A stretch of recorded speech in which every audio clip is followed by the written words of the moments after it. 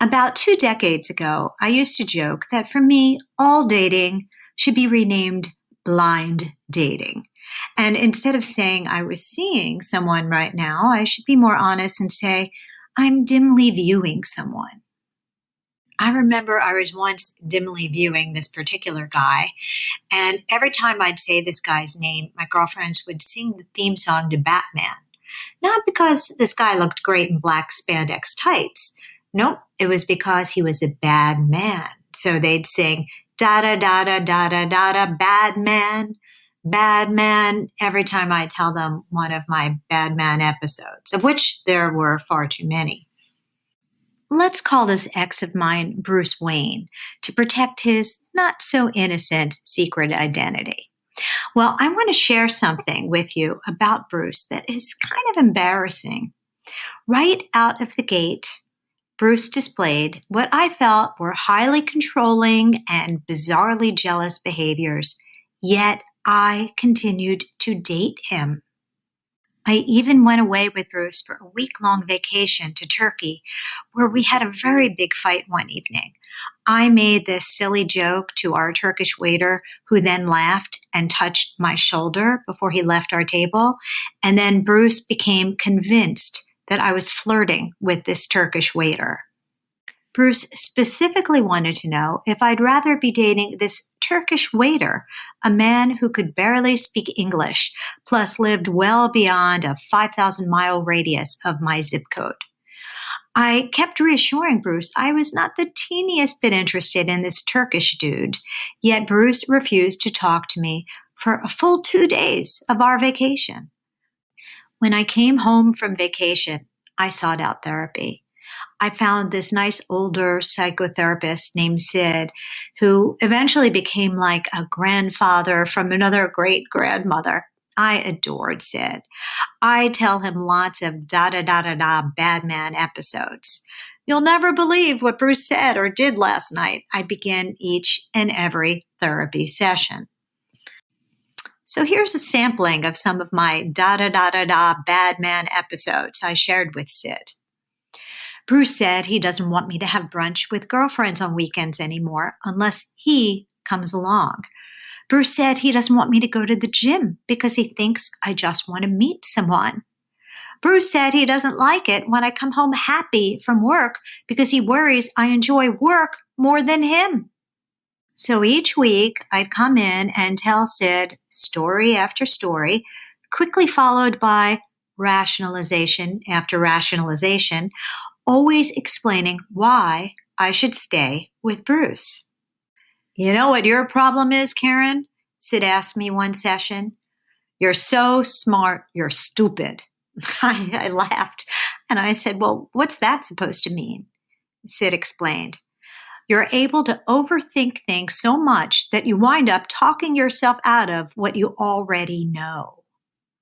So you think I should break up with Bruce? I asked. Look, Karen, I'm a therapist, he said. I'm not supposed to tell you what to do. But if you want my honest opinion, I can't believe you're going to stay with him when he's such a, curse word here. Wow, I can't believe you just called Bruce that curse word, I said. But you're right, he is that curse word. Sid corrected me. Actually, I didn't call him that curse word. I called you that curse word. You heard me wrong. I said, if you continue to stay with Bruce, then you are that curse word. What? I'm not that curse word. Bruce is. Sid corrected me again. At this point, Karen, if you stay with Bruce, knowing what you know, then you are that curse word. I'm the curse word?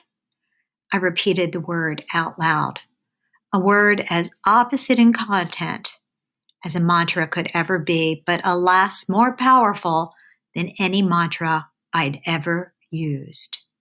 This curse word became my wake-up call. Sid was right. If I stayed with someone who was so very toxic to my well-being, then I became that curse word to myself for allowing this soul-crushing, freedom-squelching relationship to continue. Listen, Karen, Sid said, at this point in therapy, we're simply wasting time talking about Bruce and how messed up he is. Quite frankly, you are using stories about Bruce to distract yourself from your real issues and the important inner work you have to do. It's time we talk about the white elephant in the room, your wounds. There's obviously something wounded inside of you if you feel the need to stay with Bruce when he's so toxic. Although this toxic relationship story happened well over 2 decades ago, I think about it often. I particularly think about it whenever I find myself meeting someone new who I think might be toxic in business or friendship. I feel if we're not careful, we can all find ourselves wasting a lot of precious tick-tocking time complaining about how badly someone is behaving towards us. If you're dealing with bad toxic relationships, you need to stop asking, why is this person treating me this way? Why did this person do that crappy thing to me? What is wrong with this person? Are they, that curse word, are they a sociopath? Are they a narcissist? The really important questions to ask so you can move on from bad toxic relationships are, what did I miss in the vetting process that I allowed this person into my life? What is wounded inside of me that I chose to stay with this person for as long as I did?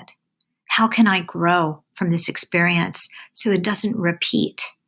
Do I want to make the story about how I was a victim or how I became a victor? If you're presently caught up in telling stories about the toxic misbehaviors of someone, the time has come to stop getting caught up in name-calling, contempt, and blame. The time has come to recognize you're just distracting yourself with all the drama, chaos, and static. Yep, the more you stay with or complain about a toxic person, the more you're merely delaying doing the important inner work you need to do to heal your wounds, expand your limiting beliefs, and show yourself far more love and respect. All of this time expended on them could be time spent on expanding you, growing who you are. My lesson, your lesson, don't be that curse word to yourself. Stop staying with and or complaining about toxic people. Choose to focus your time, energy, and conversation around people who inspire you, support you, and help you to grow into your happiest, strongest, wisest self.